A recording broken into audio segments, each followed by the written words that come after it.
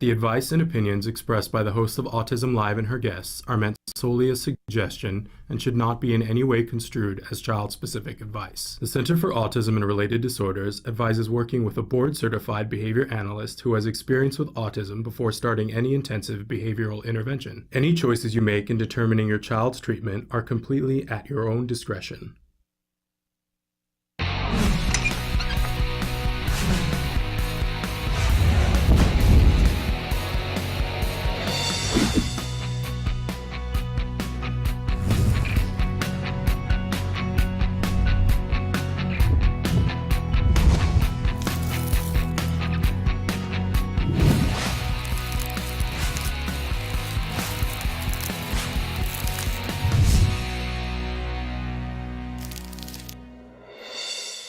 Good morning and welcome to Autism Live. I'm Shannon Penrod. We're webcasting to you live from the Center for Autism and Related Disorders headquarters in Tarzana, California. So thrilled to be here with you on this Thursday morning. We are going to be with you live for the next 2 hours talking about autism from a 360-degree perspective. We want to take everything into account as we're talking about autism and hopefully give you a platform in which you can get to more progress in your life, whether you are a parent, a teacher, a practitioner who is working with individuals who are on the autism spectrum, or you yourself are the individual who is on the spectrum. We know that there are things you're trying to accomplish, and we happen to know that there are lots of ways of making that happen. Everybody's individual, everybody has different needs, so we're encouraging you to participate with us and tell us, what do you need? What are you looking for? What do you have to say? What do you want to add to this conversation? The whole show is meant to be interactive. So Kelby, right at the jump here, is going to show you some different ways that you can be participating with us. Lots of ways to watch the show, lots of ways to interact with us. I'll remind you that our homepage is autism-live.com. When you go there, there's a lot of stuff to do, lots of things to look at. Want to encourage you to sign up for our free email list. There's a newsletter that comes and it gives you lots of great information, lets you know what's happening here. For those of you who, when you say, oh, sometimes you get a guest last minute, like when you have Temple Grandin on, a lot of times we don't know when we're going to have Temple on until maybe 10 minutes before, and she's got time. And we love to be able to shoot you an email and say, hey, this is happening. So participate in that, be on our email list. But also on that website, you can be watching the live show. It is not the only place to watch the live show, because you can be watching it over on YouTube too. But you can watch it on autism-live.com. And when you do, you can participate in the live feature. It's a series of white boxes that are there to the side. One of them says your question. Put your cursor there. You can start typing, hit enter, and it will show up here on my screen. Don't you love technology when it works? So that's totally free. You don't have to log in. We don't know who you are. There's nobody asking for a credit card, because there's nothing to use a credit card for, because it's totally free. Absolutely love that. So we want you to participate. Write whatever you want there. It can be just, hey, I'm here. I'm with you. I'm a parent in Kansas, and that you don't have to ask a question. You can just be a part of the conversation by saying, I'm here. But you can write in questions, and you guys have written in things that we're going to take a look at a little bit later on in the show. I might get to a couple of them, because you guys wrote in some comments on things that Nancy Allspaw-Jackson and I were talking about yesterday about that silver alert law. But in any case, we hope that you will participate with us. I mentioned that it's free and that it's anonymous, but if you want us to get back to you about something, let's say we're talking about something and I mention a resource and you say, can you email me because I have more information that I want to tell you, you can give me your email, or you can write to me at s.penrod@autism-live.com. And anytime you have something really long that you want to put in on the live feature, you can just email it to me, and then it's all in one chunk. I know it's frustrating sometimes. It only allows you, I think, 1,100 characters. And sometimes you got 1,200 characters worth of something to say. You know, I have been there. So in any case, we like to remind you at the start of the show that we have lots of experts, and I've got two amazing experts that are going to be here on the show with us this morning. I got two, count them, two doctors here this morning, and we want you to interact with them. And I will be here, but I'm not one of the experts in autism. We just always like to make that abundantly clear at the start of the show. I have lots of things to say, lots of things to add, but I'm not an expert in autism. I'm a wannabe expert in autism, as in I'm a parent. My son was diagnosed with autism at the age of 2.5. He is now 11, and he is just luscious in the extreme. Love that young man. Can't call him a little boy anymore because he's not. He's like almost as tall as me. It's freaking me out. And I'm not a shorty. So, but he's doing wonderfully. And he's doing wonderfully for a lot of different reasons. Some that just have to do with him and how he is and the particular autism and how he reacts to autism. But a lot of it was the fact that we got good information and we worked hard and he worked hard. But we could have worked really hard and not had the progress that we've seen if we hadn't gotten the good information and gotten the right treatments at the right time. And I like to make that abundantly clear because, you know, none of us came into this earth with clutching the How to Be an Autism Parent handbook.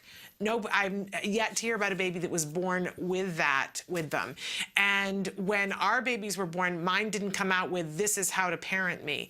It just didn't at all. So we got good information, and I promised when we got that good information that I would do whatever I could to pay that forward. That's part of what this show is about, is me paying that forward. So if you need help, support, you need somebody to hold your hand, you need somebody to say, hey, I'm overwhelmed and I don't even know where to look. I need some help in researching this. I'm your gal.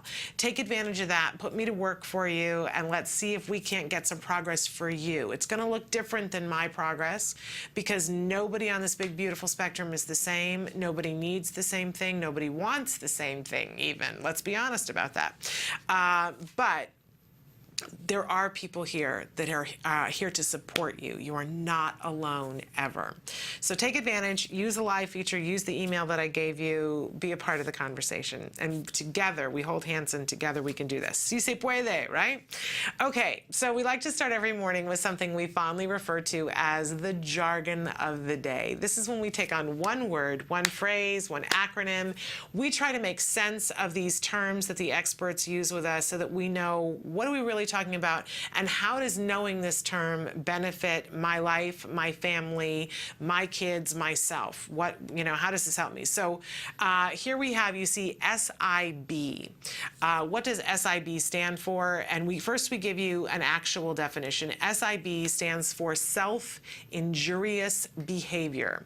This is behavior that results in physical injury to one's own body. SIB may include, but is not limited to, head hitting, head banging, and hand biting. Really, there are so many things that could go in under this category. You know, we heard from Dr. Granpeche yesterday that she said this is a term that is often misused, and we'll talk a little bit about what she means by that. But anytime you're doing bodily injury to yourself, so this could be for some of our kids that are teenagers, cutting, these kinds of things. So we'll move on to our working definition, which is a little bit less specific. But our working definition, that's the thing that we like to go over so that those of us who are just getting into this community, that we have a way of really understanding. It's when an individual deliberately hurts themselves. So we're not talking about when somebody is clumsy and trips over something and bangs their head. That's not what we're talking about. When we're talking about self-injurious behavior, we're talking about that there was a deliberate act and they meant to, they meant to do something, they put in motion something that they, knew was going to hurt. Now, one of the things that Dr. Granpeche was talking about yesterday is the function of a behavior. Anytime somebody does a behavior and they do it repeatedly, there is a function for the behavior. And I always think of that Schoolhouse Rock conjunction, junction. I always think function, what's your function when we're talking about behaviors? And early on, what I would say to myself as a parent, because function, I was like, what do you mean there's a function for it? I would put in the word paycheck. There's a paycheck for the behavior. Otherwise, why would we do it? And science has shown us again and again and again that people don't do a behavior over and over and over again unless there's something rewarding specifically to them. And we talked earlier this week about the 4 usual suspects. What are the reasons why, especially for kids, that they will engage in challenging behaviors? And we talked about the fact that one of them is attention, one of them is that you want to gain access to someone or something, one is that you want to escape something, and then the last one is that it's automatically reinforcing, that there's some element of it that feels good and feeds on itself. And Dr. Granpeche was mentioning yesterday that a lot of times people have this assumption that self-injurious behaviors are automatically reinforcing, that there's something in and of hurting yourself that feels good. This defies normal logic, right? Why would hurting yourself feel good? And I think we all jump to that thing. Well, there's, pain. Why would anybody do something to inflict pain on themselves that doesn't feel good? But stop and consider for a moment that there are ways that we can all understand this. I remember when my wisdom teeth were cutting when I was in graduate school, and it hurt. It just hurt and they ached. And the only thing that made it feel better is if I chewed on something. They got me like a little chewy, like what we give babies, and I would push down on it. It would be cold, and it might hurt a little bit more for a second, but then I would have maybe 2 seconds of relief. And that 2 seconds of relief was worth the 1 second of additional pain. Think about when, you have a sinus headache and you're feeling all stuffed up here, and you might push against the places in your sinuses where it hurts, and it hurts a little bit more in that moment that you push against it, but then it alleviates the pain for a second. We know that a lot of kids who have headaches, or even children who are blind, will sometimes push against their eyes.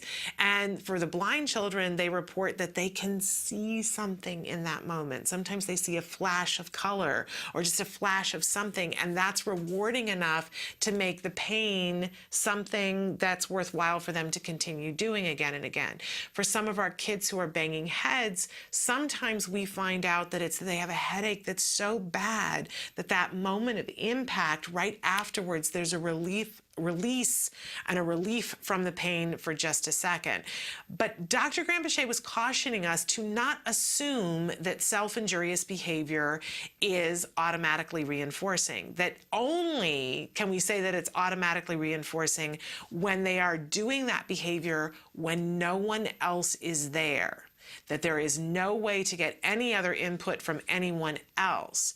So perhaps for the individual who's cutting and hiding it, maybe that's automatically reinforcing.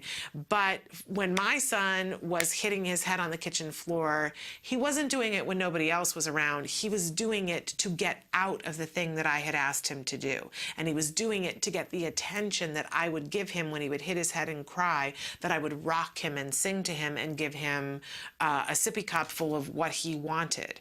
That is not automatically reinforcing. That is doing something to get access to something, to get attention, and to get out of doing something. Okay? Makes sense? So whatever the function of the behavior, we need to all understand that self-injurious behavior is not something to take lightly, ever. If we see a child, a teenager, or an adult who is engaging in anything that hurts their person, that's when it's time to stop everything and get help. You need to have an expert come in to determine what the function of that behavior is and to quickly turn it around. I want you to know that sometimes self-injurious behavior results in injury that's permanent, and sometimes it results in death. We don't want to take a stance of, oh, they'll sort it out, they'll work it out, they'll outgrow it. We never want to take that stance with self-injurious behavior. It is as serious as it can get. We want to make sure that if we're seeing this kind of behavior, we put out the cry for help. There are lots of different places you can get help. You can get a board-certified behavior analyst. You can, there are many, and I think ultimately that's what you want, is a board-certified behavior analyst. But you can start that process by either finding a BCBA for yourself. You can go to bacb.com and find one in your area. You can start by talking to a pediatrician or a doctor, but don't let it go. That's the big advice for today. It's horrifying to watch, first of all, and horrifying to have the fear, but beyond that, it's unbelievably dangerous. So we never try to deal with self-injurious behavior by ourselves. We want to get an expert on the case, and we want to do it as quickly as possible. That's going to mean different things in different states, but whatever it takes, work on this behavior with an expert as soon as you possibly can. It could be a matter of life and death. All right, moving on. We always have a question for you at the start of the show, and our question for you today is, what do you do to cope with feelings of grief?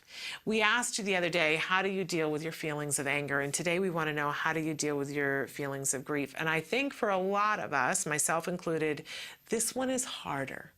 As strange as that may seem, because anger can be very overwhelming, but grief, I don't know about you, but I have a hard time with staying in grief because it can feel all-encompassing. I know a little bit more of what to do with anger, and I think it's more socially acceptable in society for us to discuss anger and what we do with it, but what do you do with your feelings of grief? And I would imagine that for all of us in the autism community, we have had or will have a moment of complete and total grief, whether it's about being in the autism community or it's about something that happens that we feel excluded from, or that someone we love feels excluded from, or just all the things that everybody else in life has grief about, because in our lives we will experience loss. We've already experienced loss, and that's when grief comes up. So we want to check in with you guys a little bit later on to see, give us some ideas about how you deal with it, and then we'll talk about it. Grief, it's a really, it's a part of life, but it's a really difficult thing. But it's one of those emotions that we know we're going to have to deal with. So what's our topic for this entire week? We're talking about dealing with emotions. We know that they're there.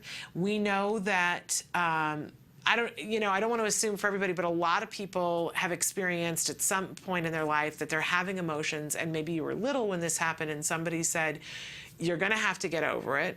Grow up, stop crying, get it together, right? The list is never ending. And I don't know about you, but I don't know that any of those things ever worked for anyone long term. I can remember as a child being told, don't cry, suck it up. And there are times when I, as an adult, will talk to myself and say, suck that up. You're just going to have to suck that up.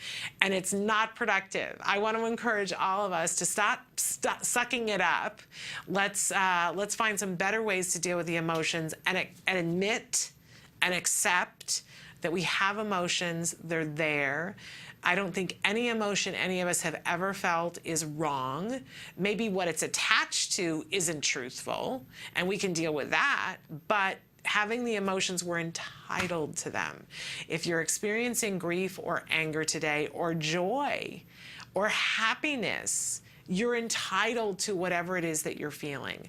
That doesn't mean we get to lay down and say, game over, unfortunately.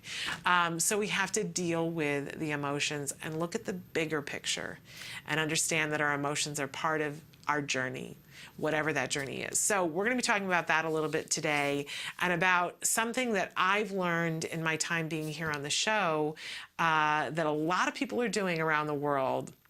And I don't want you to wait because you have to go someplace. I'm talking about acceptance commitment therapy or acceptance commitment treatment, talking about ways that we can accept what's going on and then move through it. Deal with the emotions, not poo-poo them, not shove them to the side, not try to bury them under whatever.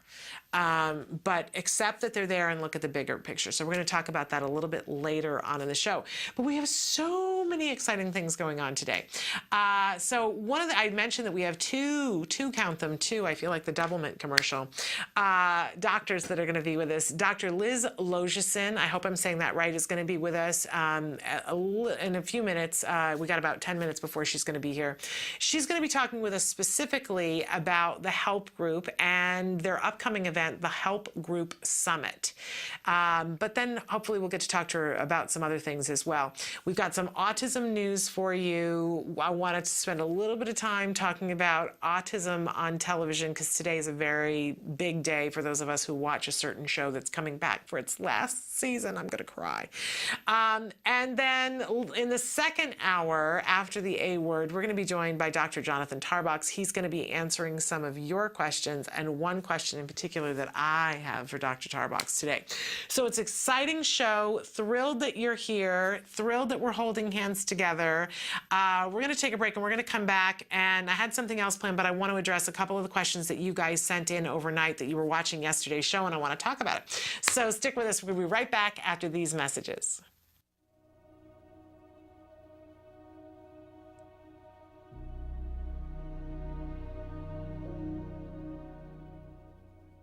Hello, activists. Here we are at step 10 of autism empowerment. I like to call this the 3 L's. Live in the now, love thyself, and laugh. First, live in the now. We have to stop on occasion to remind ourselves to be present. Because as autism parents, we're constantly planning ahead for our children's future. We miss the joys of the present moment. Don't miss out on your child's childhood. Catch the joy as it flies by. Love thyself. Never beat yourself up, and forgive yourself for the things you wish you'd done or the things you think you've done wrong. No one can make you feel inferior without your consent. Eleanor Roosevelt said that. Be a good role model of self-esteem for your child. It affects them. And finally, don't forget to laugh. Despite all the trials and tribulations in this world of autism, it is still a beautiful world and often a very funny one. I try to surround myself with friends and family who make me smile and laugh every day. Heard any good jokes lately? Pass them on. Until next time, keep the faith.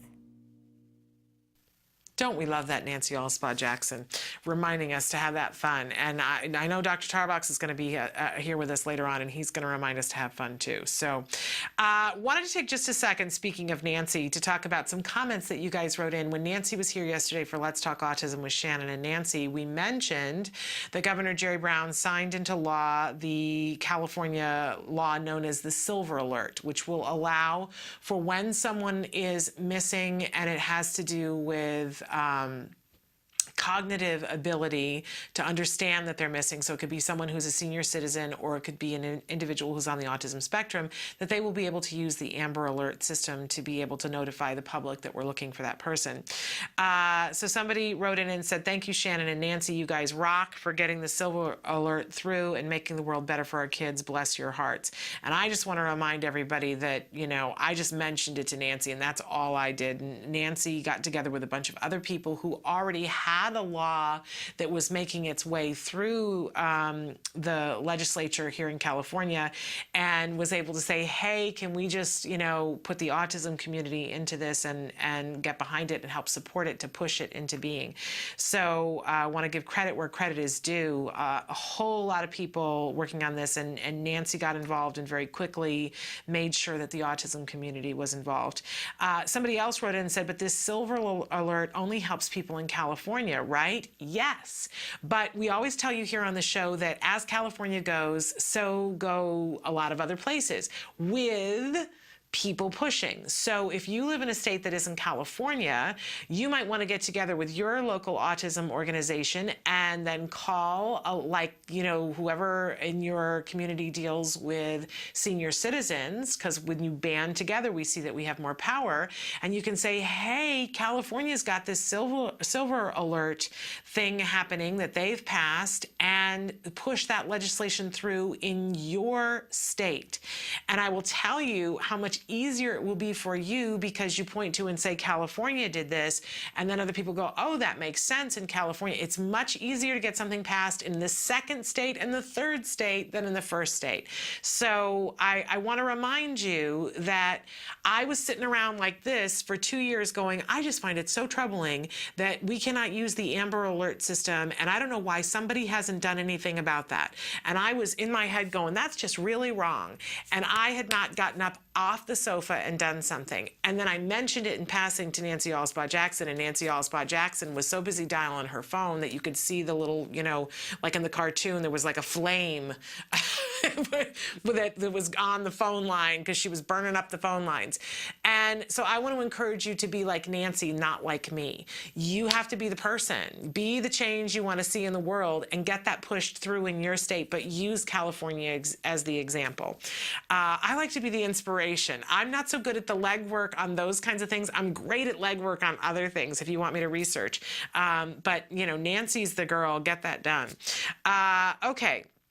And then another question that came in, somebody said, what's in it for the neurotypical kids to be nice to our ASD kids?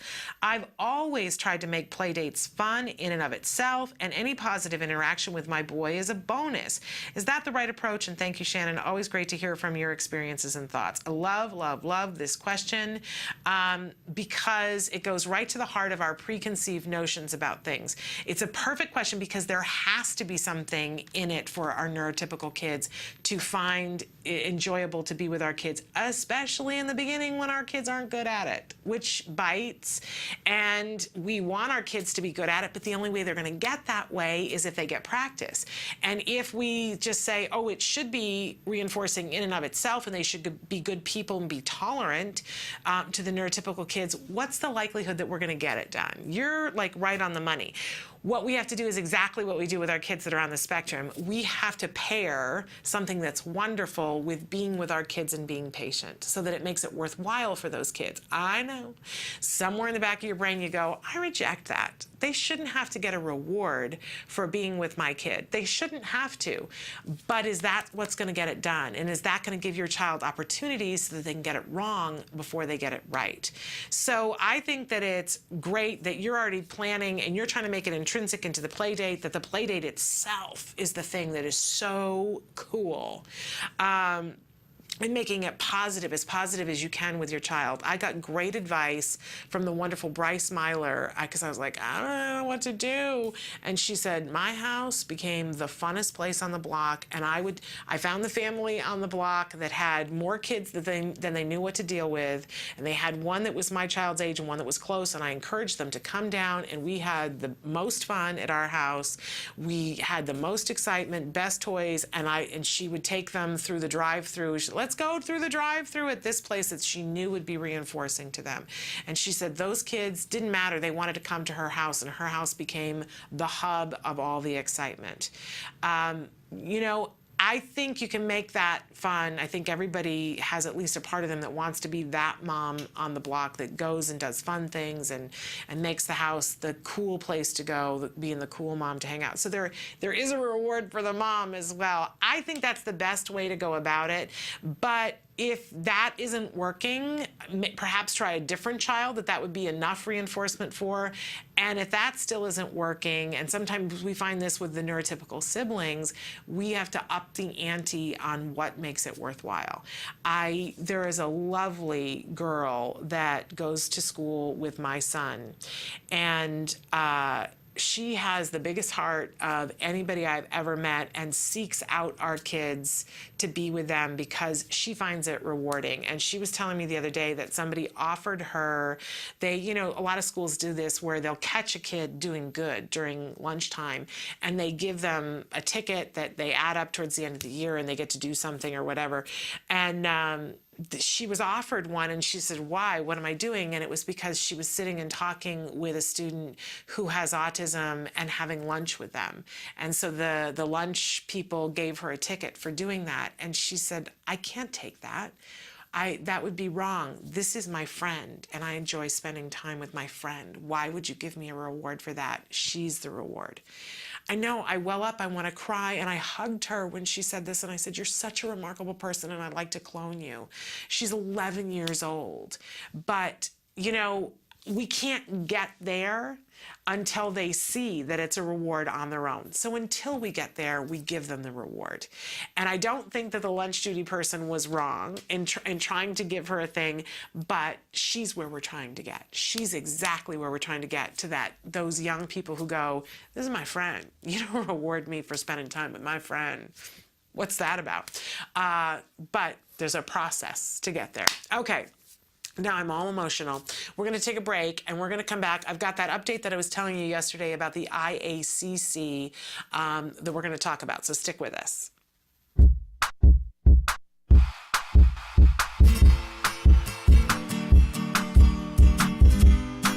Hi guys, welcome back to Smarty. This month we're going to be creating a popsicle puzzle. As we do this fun activity, you'll notice these icons will pop up.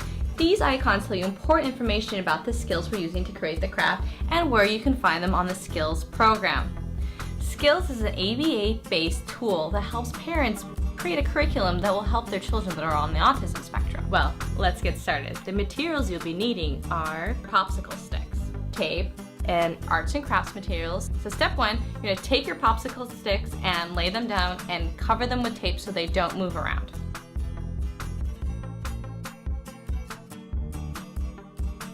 Now that my popsicle sticks have been secured with tape, here comes the fun part. You're going to take your arts and crafts materials, they can be paint, markers, whatever you have, and then you're going to decorate this with a beautiful picture.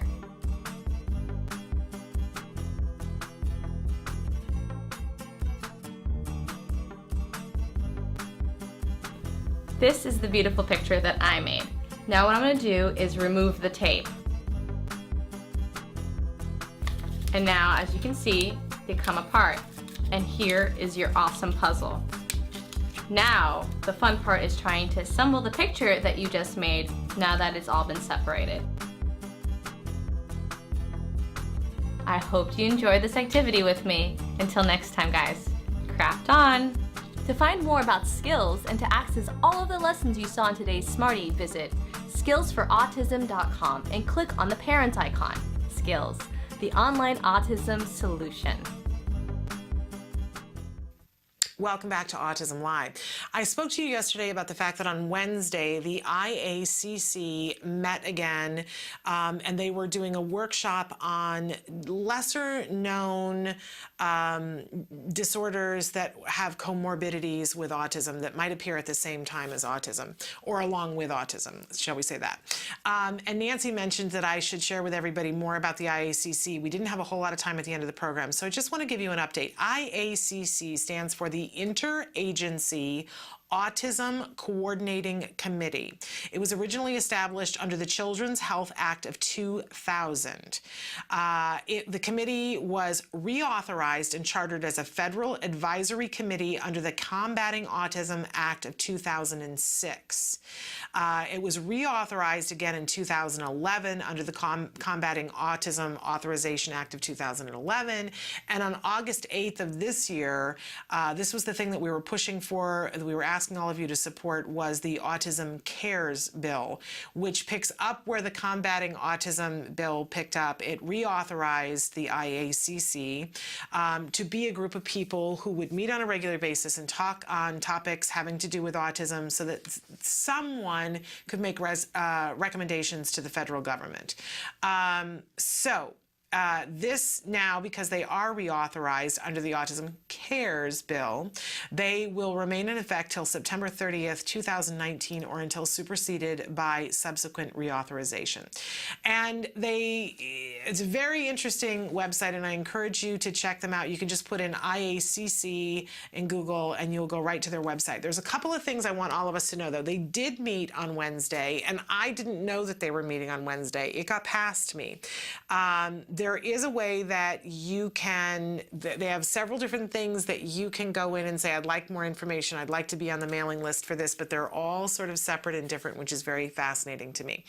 But I want you to know that we all are invited to publicly comment to the committee. we're allowed to say things to the committee. There are stiff guidelines, and I encourage you to look at what the guidelines are, because I went in to try to see if I could watch the video after the fact of the meeting. It'll probably be available in about a week so that we can watch that video. And you can watch earlier meetings that they've had since, I think, 2004. They've been videotaped.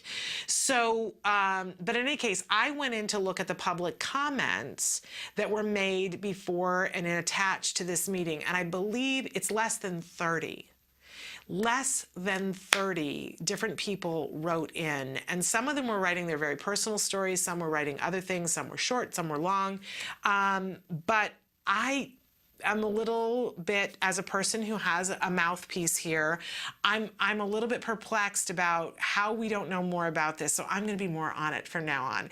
And I'm going to be encouraging all of us, myself included, to be making public comment. This is a group of people. And by the way, they're getting ready to nominate for the committee. That will have the 2014 nominations. It says that it's coming anytime now, and we get to nominate people that we would like to see on this committee. I want to encourage all of us, myself included, to have a bigger voice in this process. So I'm going to be keeping you posted on this.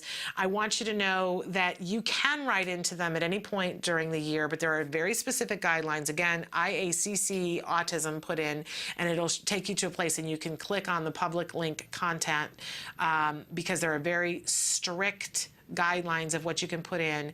You have to tell them if you don't want to use your name at all, but they will redact anything that is considered personal information, like the name of your child or where, what your address is. But they will say your city and state in your name, unless you tell them not to, and you must be 18 years of age. And there are more guidelines as well, and I'm going to be encouraging all of us to participate in that. All right, we are going to take a short break, and then we're going to come back with In the News, so stick with us. Hi, I'm Lisa Ackerman with TACA, and we're here with TACA Facts, the most common questions and answers needed for the autism journey. Real life questions, real life answers. Often I'll be talking to a parent that has a child that may be a little bit older, over 10, maybe 15, 16, 20 years old. And they look at me when I ask questions about what their issues are and what's going on. Oh, I've been there, done that. I've done all that already. I just want to let you know I've been 14 years in this autism journey, and there's no way that I've done everything yet for my kid. My list is still long, and until there's nothing left on that list or the autism issues are very small, I'll keep working. So let me reassure you, I have yet to meet the family who's done everything. I'm sure you've done a tremendous amount of work, and I do not want to diminish that. But one thing you need to know is there's always reformulations. And as I said in a previous Talk of Fact, since 2005, there's been more research on autism treatments than all previous years combined. That includes therapeutics, that includes medical intervention, that includes dietary intervention. So often it's a good time to relook and reevaluate at something you maybe have tried before, but there may be a new formulation. So you want to get connected with TACA, and we can tell you about some of those exciting things. So there's a TACA fact for you. More questions and answers for your autism journey, and I look forward to seeing you next time. Welcome back to Autism Live. It's time for Autism News. You may have noticed in the news today that researchers from Columbia University have some new statistics about when the best time to have your second child might be to lower your risk of having the second child with autism. If you are somebody who already has a child with autism and you're thinking about getting pregnant, thinking about having another child, it's certainly something that's uppermost in almost everybody's mind about, will this child also have autism? And I think at that point you get very interested in lowering your risks. Who wouldn't be interested in lowering their risks? Well, Columbia University studied more than 7,000 babies born between 1987 and 2005 in Finland to see if the amount of time you wait after having your first child before getting pregnant with a second child might have any bearing on your risk factors for the second child having autism. What they found was that babies babies that were born, that were conceived within a 12-month period after their sibling who is on the autism spectrum is born were more than 150% more likely to be diagnosed with autism. That's pretty significant. And what they further found was that the safest period for conception was found to be between 2 and 5 years. At that point, there was no additional risk of having a child that was on the autism spectrum. But after the 5-year interval, they found that the chance of autism rose again by 30%, and that a 10-year gap increased that risk by a 40% gap. So very interesting. And of course, we don't know if there are more things involved with why that would be, because obviously if you're waiting 10 years, then the age of the parents is getting significantly higher, which could be a contributing factor. But very interesting, and I want to say this again, that children that were conceived within 12 months of their sibling that was found to be on the autism spectrum were 150% more likely to be diagnosed with autism. So something to look at. There are still more things that they're looking for. Dr. Alan Brown of Columbia University said this study provides further evidence that environmental factors occurring during or near the prenatal period play a role in autism, a serious and disabling condition that afflicts millions of individuals and that is increasing in prevalence. Interesting. And then they had Dr. Keely Chelsak-Postava added, it was intriguing to see that the risk of autism spectrum disorders was higher in both closely and distantly spaced pregnancies. So again, that 12-year period, and that they found that the time, the span of time where there was the least added risk, in fact, they found no added risk, was between 2 and 5 years. So again, that's researchers from Columbia University, and you take that information and do with it what you will.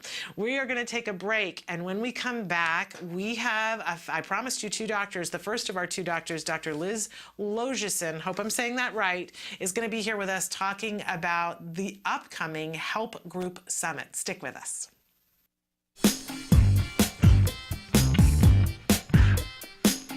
Hi, I'm Ryan with Autism Research Group. We study ways to improve the lives of kids with autism. One of those ways is teaching safety skills, such as what to do if they get lost. We hit the streets to find out if anybody knows the correct answer on how to teach a kid what to do if they get lost.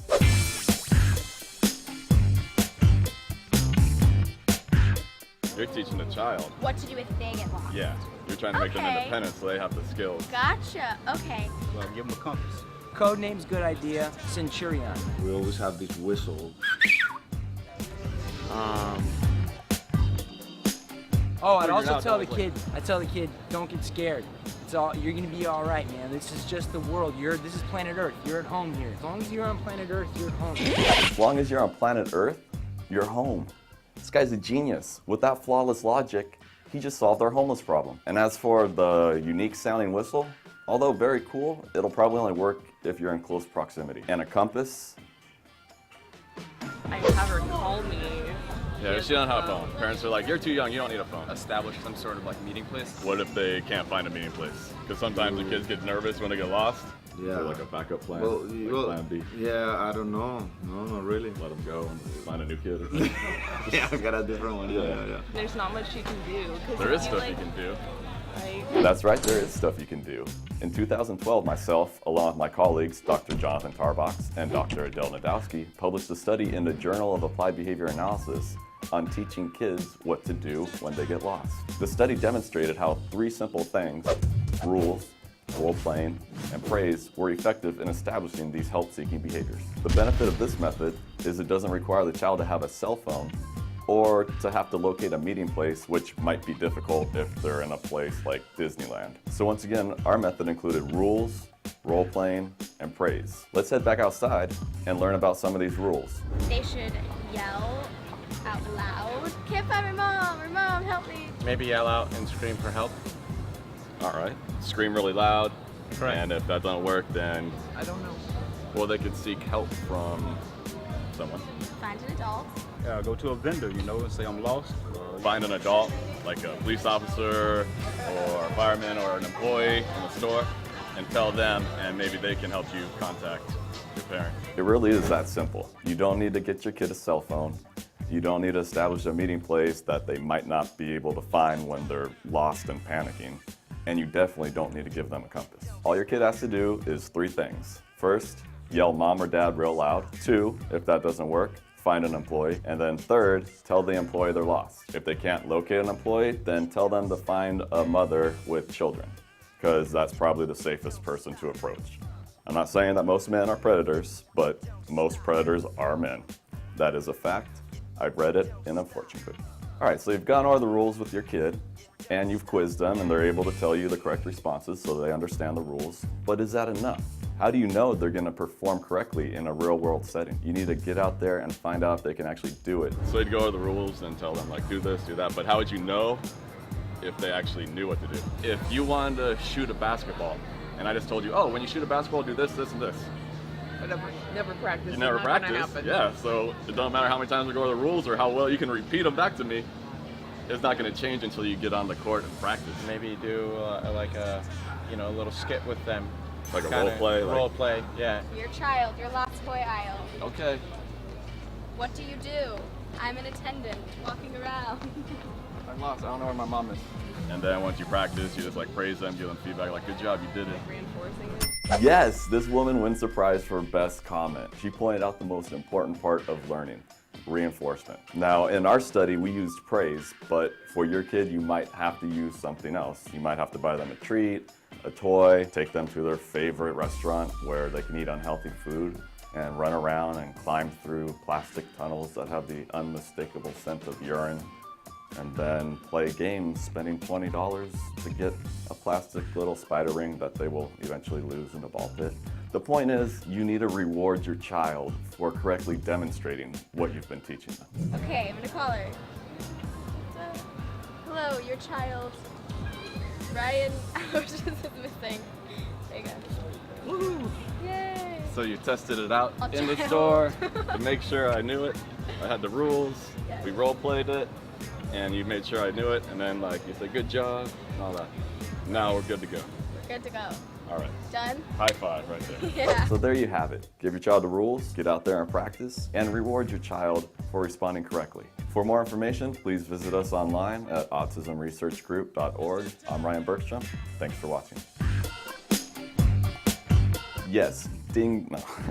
Yes, this woman wins the first. Yes, this woman. Yes, this woman wins the best. Yes, this woman wins the first place. Yes, this woman wins. Why can't I say woman? Yes, this woman wins. What's the line? Yes! Welcome back to Autism Live. I promised you 2 doctors and I promised you the first doctor, but I've been saying her name wrong. This is Dr. Liz Lageson. That's right. Very that was good. right? Oh, I was Yes. sure I was going to get that wrong. And I was stunned when she walked in because of how young and how beautiful she is, because when you read her bio, you're the director of the Early Childhood Clubhouse program. You're a clinical instructor for the Center for Autism Research and Treatment, which is known as CART. You are a licensed clinical psychologist and an assistant clinical professor in the Department of Psychiatry and Biobehavioral Sciences at UCLA. I mean, I could go on. You have multiple awards here. You are stunning and young and beautiful. I don't understand this. I don't understand how you have the time to do all this and still look like you are 18 years old. But we appreciate you. Oh, thank you. And appreciate all the things that you're doing. I wanted to take just a second to talk with you about, how did you get involved in the field of autism? And I want to know a little bit more about your specialty. I want to know about the Early Childhood Clubhouse program and more about CART. Sure. So where do you want to start? We can start wherever you like. I can just tell you a little bit about my background maybe to begin with. So by training, I'm a licensed clinical psychologist. I went to graduate school at Pepperdine, so here in LA, and did my clinical internship and postdoctoral fellowship at UCLA, where I've been for the past decade.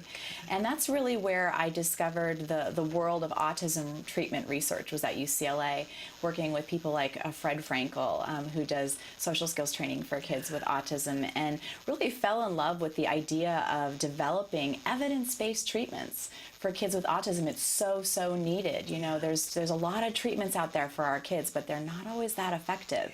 And so my focus has really been on developing evidence-based social skills interventions for teens and adults initially, and now more recently we're working with younger kids, preschool kids on the autism spectrum. And so I have a program, it's called Peers. I'm the founder and director of the UCLA Peers Clinic, and this is one of the only evidence-based social skills programs. Strikingly, it's one of the only evidence-based social skills programs for kids with autism. And so I'm really proud of that work, and we're really excited about the families that we get to work with and all the great things that are happening for them. And I want to start by saying, if people want to know more about the Peers program, where do they need to go to find out about that? Sure, you can just check out our website. It's www.semel, that's semel.ucla.edu/peers. We also have a Facebook page, it's UCLA Peers, so they can take a look at either one of those sites. And when you do the Peers program, what do you think is the single most effective thing? Is it a certain amount of time that you're working with those individuals? Is there a way in which you're working with them to get to those all-important social skills? There's a lot of elements that I think are really critical, but I think the most important element is that these are parent-assisted programs. Okay. And what that means is that we train parents to be good social coaches to their kids. And the vast majority of social skills programs and even treatments out there don't include parents. And to me, that makes very little sense. I see our kids for a very limited amount of time, 90 minutes a week, once a week. That's not a lot of time in the grand scheme of things. But parents like yourself, you're there the vast majority of the time. So we want to train you to be good social coaches in the way that we would be if we were there as professionals. Okay, and so this is in the LA area. Have you looked at having the Peers program in other places? Yeah, actually, no, we have 2 published manuals that anyone can access for both educators and for mental health professionals. I have a parent book called The Science of Making Friends that basically packages all of the skills that we teach in Peers and teaches parents to be social coaches. But this is actually an international program. So the program's been translated into 6 different languages that we know of and is used in over a dozen countries. So it's actually really a global treatment program. So we're really, really proud of that. Okay, so for all of you who are watching all over the world who write in on a regular basis and say, I've got a teenager and we're struggling with the social problem, here is an answer for you. Yeah.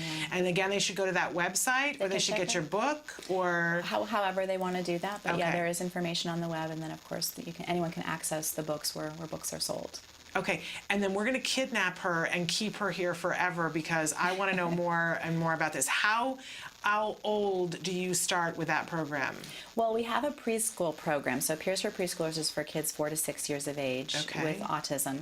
We also have an adolescent program and a young adult program. So anywhere starting from middle school, that could be about 11 years of age, all the way up until early adulthood, anywhere up to the age of 30. So we're really trying to work across the lifespan slowly, but surely. Well, I have an 11-year-old that I want to sign up, so that'll be fun. Okay, well, we're going to take a short break, and when we come back, we want to be talking with the doctor about the help group and this amazing summit that they have coming up that I want all of you to know about. So stick with us. Hi, welcome to Camp Discovery, a free-to-play suite of fun, interactive learning games for kids 2 and up, designed by experts in autism. Camp Discovery will open your early learner to a world of new skills, shapes, numbers, colors, locations, emotions, and more. Let's get started. Please choose a level. Objects. First, Camp Discovery's Intelligent Preference Assessment determines your child's preferred reward for choosing correctly. Okay, got it. Let's play. Camp Discovery creates a motivating learning environment for your child by minimizing incorrect responses and maximizing successful ones. Find the shoes.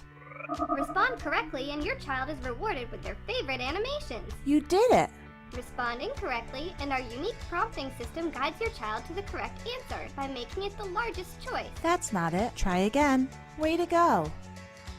Continue to answer correctly and the size gradually reduces until the child makes the correct choice independently. You win. Success! Rewards motivate learning. Complete a round and your child is rewarded with a fun mini-game. Track your child's progress with easy-to-read graphs. Multiple settings options allow you to customize Camp Discovery to your child's unique needs.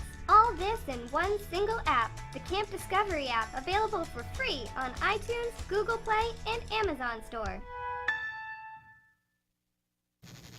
Welcome back to Autism Live. We are here with the fabulous Dr. Liz Logeson. No, Logeson. It's okay, you'll get there. Logeson. There's a learning curve, and I'm getting it. So we're here with Dr. Liz Logeson, and we asked for her to come today to talk a little bit about the Help Group and the Help Group Summit that's coming up. Now, for those of you who live in California, you've heard of the Help Group, but for those of you who are outside of the state of California, you may have heard about it in these hushed tones about something that's wonderful, a little slice of heaven, and wondered what exactly we were talking about. So tell those viewers a little bit about the Help Group, a little bit of background. Sure. So the Help Group is really one of the largest, most comprehensive, kind of innovative nonprofit organizations of its kind in the U.S. And it really, the focus of the Help Group is to not only provide outpatient mental health services to families and kids with special needs, but also we have a number of specialized day school programs for kids that are really struggling. So not just for kids with autism, but also kids with ADHD and learning disabilities. And so it's a really wonderful organization. And one of the ways that the Help Group gives back every year to the community is by organizing this wonderful summit, which I'm really excited to share, more information about that with you. Yes, because it's coming up very quickly. Tell us when exactly the summit is. Yeah, so the summit is this really comprehensive, sort of innovative conference that convenes over 2 days here in Los Angeles. It's at the beautiful Skirball Cultural Center, if you've ever been there. So gorgeous. That. Oh. Yeah, so it'll be held for 2 days on October 17th and 18th at the Skirball Center. Okay. And we have over 30 leading experts in the field of ADHD, autism, learning disabilities that are going to be convening and sharing really the state of the science in these areas. Wonderful. Anybody you want to highlight that's going to be there? Sure, yeah. One of my, one who I'm really actually most excited probably to see present is Dr. Catherine Lord, and you may be familiar with her. She's really one of the world's leading experts in autism. And any parent that has a kid with autism has probably had their child assessed using Dr. Lord's measures. She has developed a measure called the Autism Diagnostic Observation Schedule. It's called the ADOS, or the Autism Diagnostic Interview, the ADIR. And most kids that have been diagnosed with autism have been used or have had this measure used to assess their kids. And so she's going to be presenting at the summit. She's not only going to be talking about autism assessment and identification, but she'll also be talking about effective treatments for kids with autism. And so we're really excited to have Dr. Lord at the summit as one of our keynote presenters. Wonderful. And so if people are interested, whether they're in Los Angeles or they are interested in coming, how can they find out more about the conference, and how can they get a seat at the conference so that they can be participating? Well, the good news is we're still within our early bird registration, and that will go until September 30th. And so what you can do is actually just visit our website at www.thehelpgroup.org and find information about the conference there. And again, it's a really great opportunity for families, for parents, for people in the community, educators, mental health professionals, to really get a glimpse at what is the most current sort of cutting edge work that's being done. It's all about advances and best practices in autism, ADHD, and learning disabilities. Which is so important. We get a lot of mail on a daily and weekly basis from viewers who are dealing with autism, but also dealing with, even yesterday, there were 2 different families that were talking about ADHD and ADD, and how, with the new DSM-5, how we're looking at this in a different way, and what do you do to intervene? We know there are many families out there that have one child on the spectrum and one that's dealing with ADHD issues. And it can be exhausting, but you want to get the best evidence, as you said, science-based, effective treatment. Truly remarkable. So they can get the early bird registration. You won't find a better setting to be in than the Skirball. You've heard us talk about them before on the show. That's when we go to the Noah's Ark exhibit, which is just amazing. But they always have other wonderful installations, and the home museum there is wonderful. It's a luscious complex. Yeah. There's no place better to be. So wonderful. You'll be there as well. I will be, yes. So people can have an opportunity, if you're going, that you can get to meet the doctor as well. But we want to give the website again for thehelpgroup.org. That's right. That's where you want to go to find out more information. And anybody else in particular, it's a stunning array. I wouldn't know who to pick, but is there anybody else that you want to showcase that's going to be there speaking? We have a couple of other keynote presenters. For example, Dr. Steve Stephen Hinshaw from UC Berkeley is going to be presenting. He's one of the world's leading experts in ADHD. There we go. And he's going to be presenting not only information about identifying ADHD, but also psychosocial treatments, medication management. Actually doing a couple of sessions on that. And then also Dr. Jack Fletcher from University of Houston will be presenting, who is really one of the preeminent authorities in learning disabilities. Wonderful. And so we really have a great lineup of speakers, and I think it's just going to be a really great event. I think families will come away really feeling not only enlightened and informed, but probably very energized as well.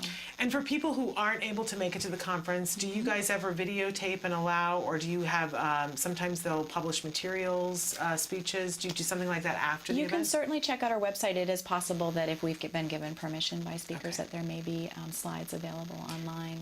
Okay, but I really want to encourage people, if you haven't been able to get to a conference like this, this is the one you want to prioritize and go to. And there's something that happens when you go to an event of this magnitude and you get to be this close to the people who are at the cutting edge and have an opportunity to ask questions and hear the answers, hear the questions from other people, understand what's going on. It sinks in a different way, and it kind of recharges the batteries. It really does. You know, it's funny, I present at conferences all over the globe. This is my favorite conference, and it's really because it brings everyone together. A lot of times with conferences, you have a conference that's focused on families and parents. Occasionally clinicians might show up as well. And then you have these conferences that are just focused on research and the science. And it's very, very rare that you can bring the two together. And I think that the great value, and one of the things that excites me about the summit, is that we are bringing everyone together in a very accessible way. Families will be able to walk away and really understand the science in a way that's going to be meaningful and helpful to them. And a great amount of time, too. A 2-day time period instead of being 5 days where you have to pick and choose because you can only be there 2 days. And so you're going to miss the first day, you're going to miss the last day. Perfect, perfect event. We thank you so much for all the work that you're doing, and we thank you so much for being here to share this with us. And please tell everybody at the help group that we are very appreciative of everything that they're doing as well. Thank you. Thank you so much for inviting me as well. Thank you for all the great work you're doing. We're going to make you come back on a regular basis. All right. Now, right after we leave, I'm going to be coercing her to be a regular. So just keying you guys into what's happening. We're going to take a break, and we're going to go to the A Word. This is an ongoing documentary being made about a little boy, Jack Riley, diagnosed with autism at the age of 2. He's having that early intensive behavioral intervention. We get a window into his family, what it's like for them. He's just had a new addition to his family, his baby sister. So let's take a look at how that might affect Jack Riley's behavior and what the family does to get things back on track. This is the A Word.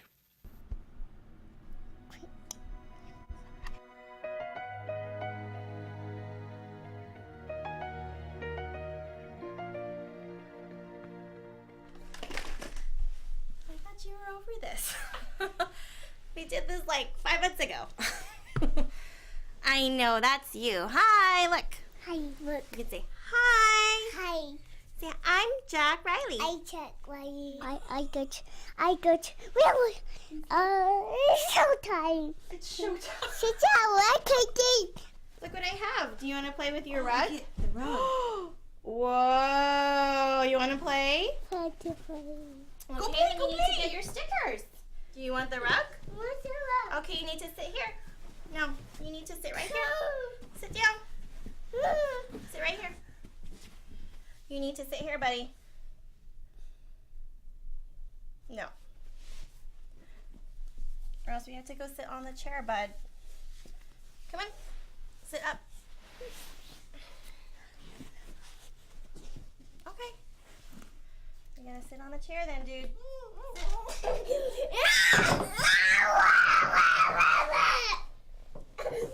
Ready? Clap your hands. Good. See, that's one sticker. Touch your head. There it is. And you can sit on the chair,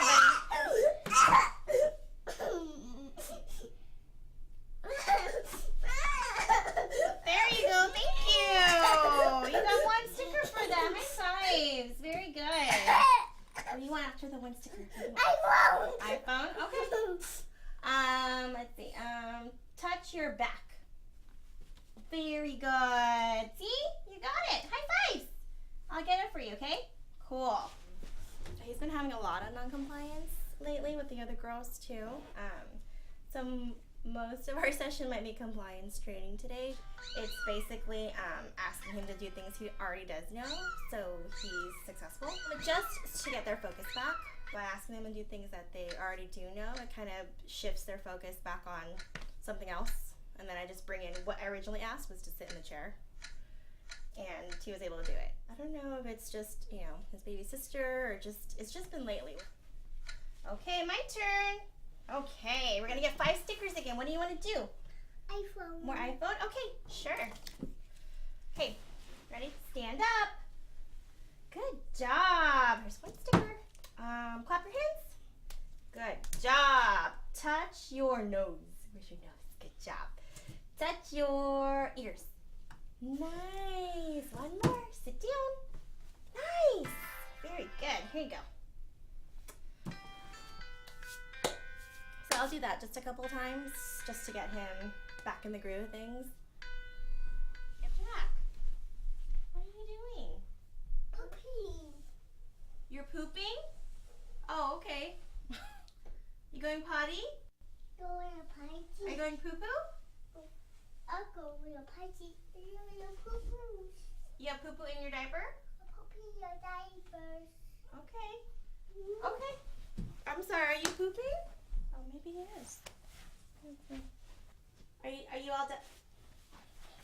Okay.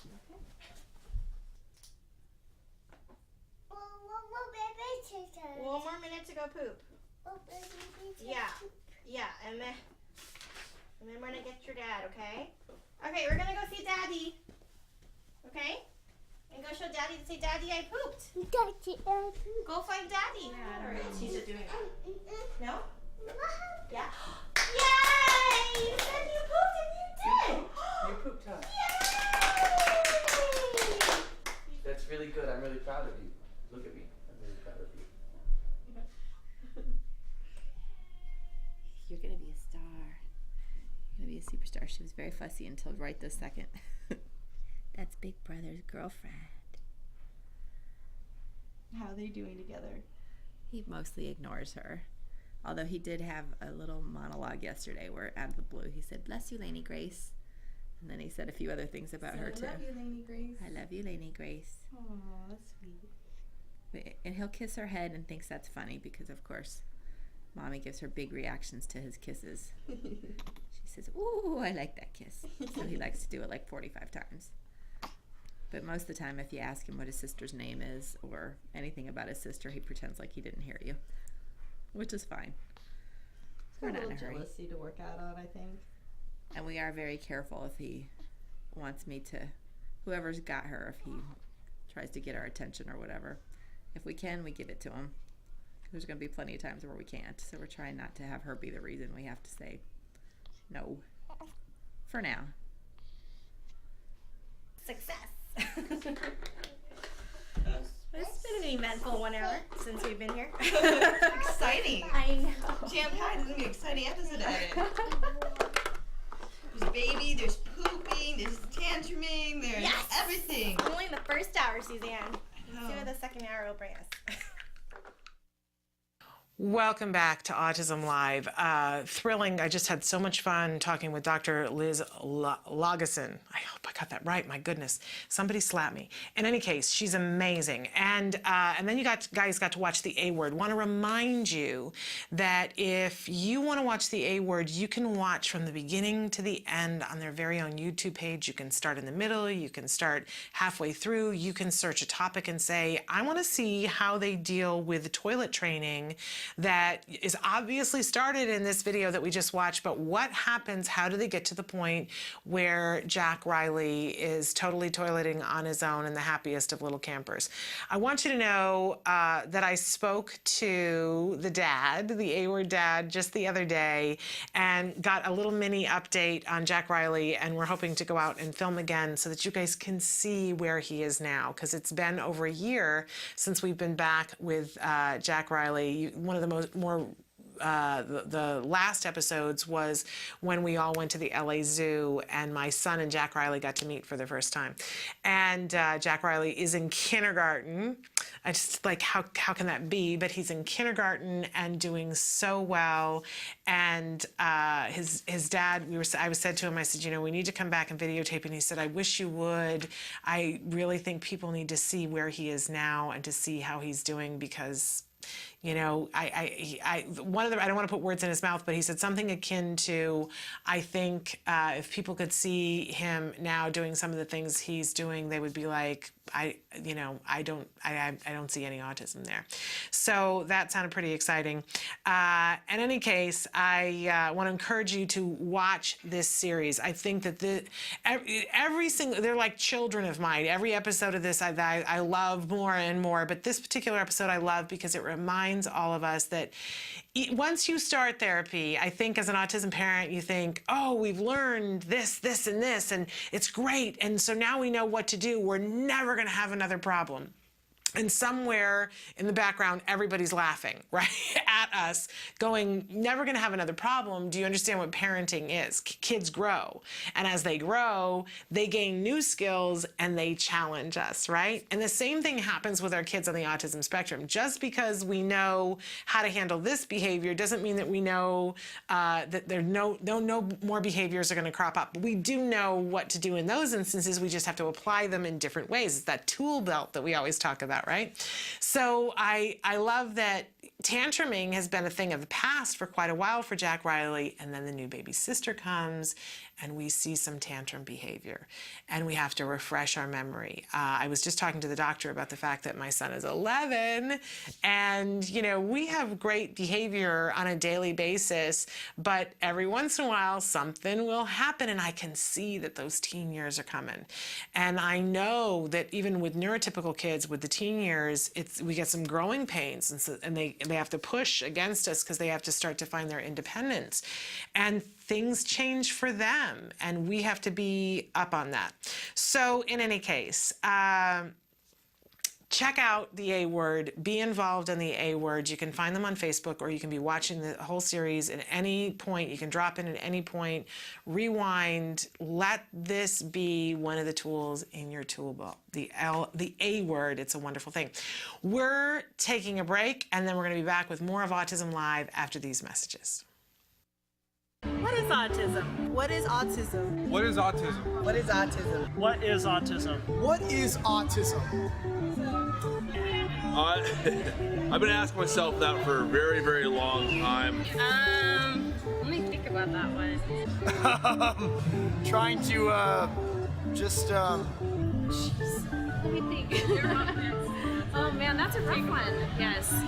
Autism is a neurological disorder that affects many of our kids in different ways. It's a learning disability that affects the cognitive functions of the brain. A lot of people have the misconception that it's a disability, and it's really not. I look at it as like a special gift.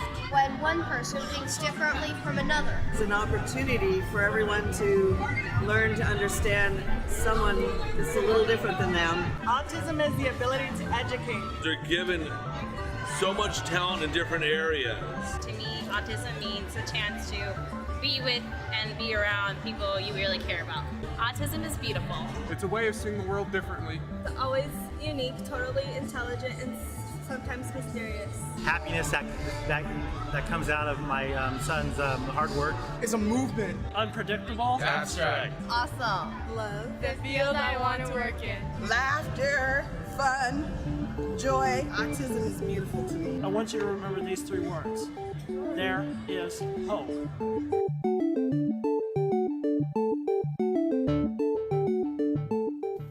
There is hope. I love it when that young man says that at the end of that video, and it dovetails into the thing that I want to talk about next. I promised you that we would talk a little bit about acceptance commitment therapy. It's called ACT, Acceptance Commitment Therapy, and we've had some guests on the show before, and a regular that was on the show was, I'm trying to think, we had Lisa Coyne on. That's one of the things that you can search, but you can just search ACT or acceptance commitment on our YouTube page to find all those videos, but we also used to have Evelyn Gould on a regular basis to talk about ACT. And here's what I want you to know about ACT. Just like ABA, ACT wasn't invented for autism parents, but it is something that has been shown to be very effective in dealing with the kinds of issues that autism parents are dealing with. So you can be using this in your life to deal with the stressful situations that you have coming up, and you can share it with your friends freely who don't have children on the autism spectrum. Because let's face it, we all have stressors, but for autism families, we have specific stressors, specific to us, but specific to being in this community that can get in the way of us being productive, and we don't have time to spend a lot of time being unproductive. So I want to put that on your radar, acceptance commitment therapy, and to just give you in a nutshell some of the things that they talk about and that they help us to be able to cope with is that things are going to happen. Things will happen with our kids, things will happen with us, and sometimes when that happens, our world becomes very small. It becomes the thing that's happening right now. Well, I can't get funding for this. And so this whole big world of things going on, suddenly we are focused on, I can't get funding.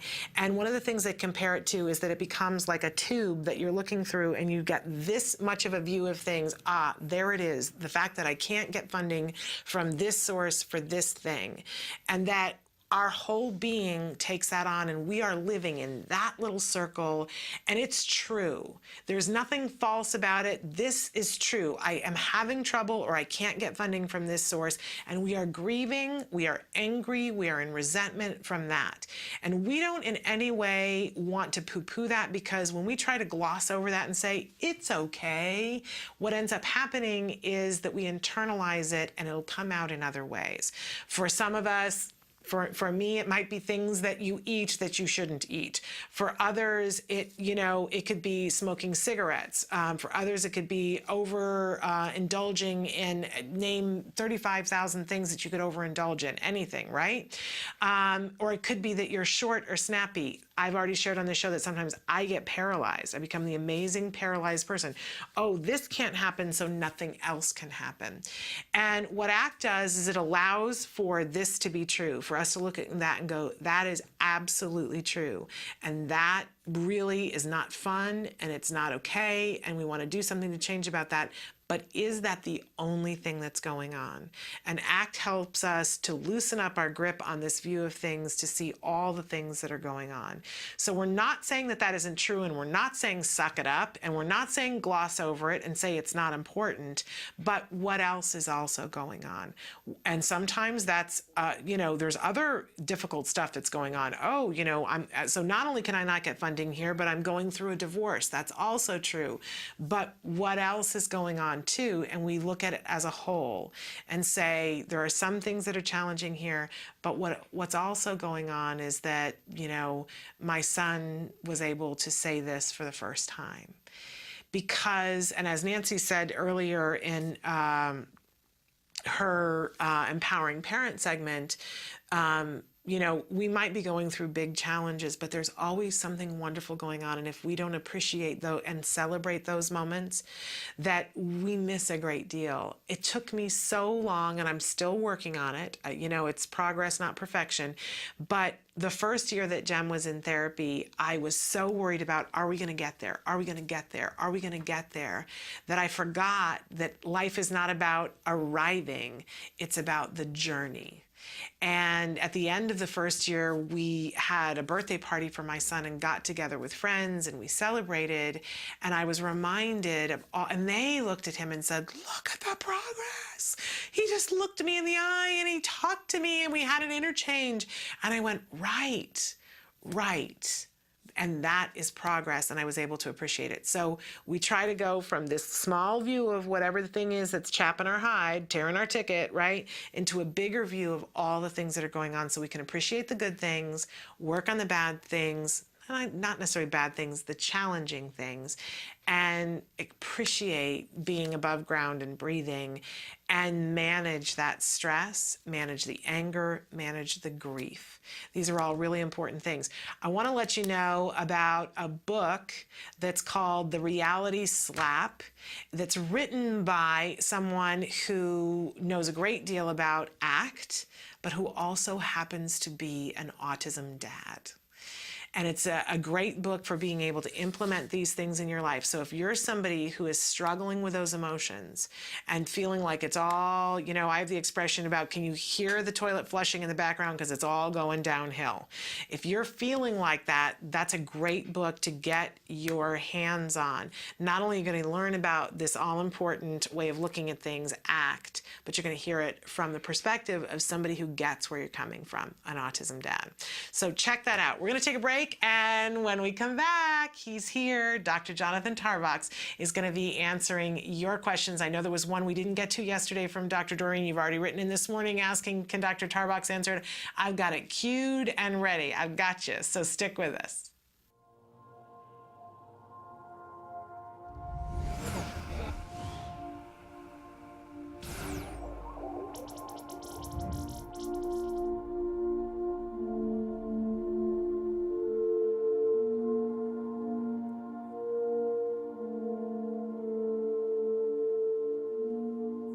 Riley has high-functioning autism, and I'd say I noticed somewhere between 9 months and a year. Looking back now, I can tell you everything. I mean, there was no pointing, there was no shared experiences, speech was not coming, the interactive play was not coming, those things weren't happening. You go to the pediatrician, they tell you, well, sometimes boys are slow or things might take a while to come along, but it still wasn't happening. And right when he hit the 2-year-old room in preschool is when the wheels fell off the wagon. That's when we got some intervention. That's when we figured out, how are we going to address this problem. The first thing I did was I got a mentor, because there's no book on what to do with your autistic child. I mean, there's many books, but each path is individual.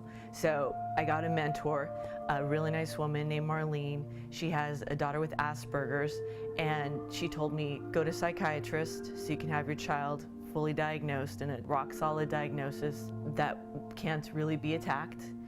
Call CARD and do whatever they tell you to do. That was probably the thing she talked about the most. Get in touch with CARD. She actually put me in touch with Evelyn from CARD, and calling CARD was like amazing, because I really felt like things were finally going to be okay. We were going to get the help we needed. We tried a number of different things before we could get into CARD, and you could really see the difference in the data keeping, really addressing what his issues were, whereas the other places we had been, it seemed pointless to me. We've talked about this, and I feel like we met a lot of really nice, well-intentioned people. Right. And then when we got to CARD, we met a lot of really nice people who could help us because they had the experience. It was ABA, which I think is the only way to go with your child if you're trying to overcome autism. And if you go to CARD, the people are so qualified, and there's so much of a database on how to approach this. It's just like they come right in, and we started off with, let's have Riley sit down for 2 seconds, because he couldn't even get that. And we worked on baby steps until now he's in 1st grade and he's working at grade level. So it just starts with baby steps, and it keeps working on, because they have a way to approach every single problem, every single tantrum, every single thing you're going to come up with. They have a way to approach it and help you get through it. Yeah, I'm always amazed, like at our clinic, we'll be having a specific problem, and how good they are, all of them, the therapist and your team leader, at coming up with a solution, something to try, and it almost always works. Whatever the particular behavior you're trying to deal with, they're really good at them. They know the answers. He likes a lot of stuff I think regular 7-year-olds like. He likes to swim. He loves to swim. He's a fish. Likes to ride a scooter, loves Toy Story, loves playing on the iPad. Loves Justin Bieber. Good job, buddy. High five. High five. High five. Yeah. CARD's been good about encouraging us to do things that maybe wouldn't occur to us, like him learning to ride a bike was really them saying, hey, it's time, let's do this, and helping us do that, and so he can ride a bike. He's still working on the brakes a little bit, but you know, he can pedal a bike. We can go to Balboa Park and he'll ride happy as a clam along the bike path. If you think something's wrong, it's not about you. Don't bury your head in the sand. Go get help, because the help is out there to make your life and your child's life just so much better. And if you're lucky enough to get in with CARD, I can't even tell you what a difference it's made in our lives. From 4 years ago, just the quality of life we have, the quality of life Riley has, the progress he's made from being a child who wanted to stay in his room and play Toy Story and line up his Toy Story dolls all day, to a first grader who's working at grade level. It couldn't have happened without CARD intervention, without ABA, and without all the wonderful people we met there.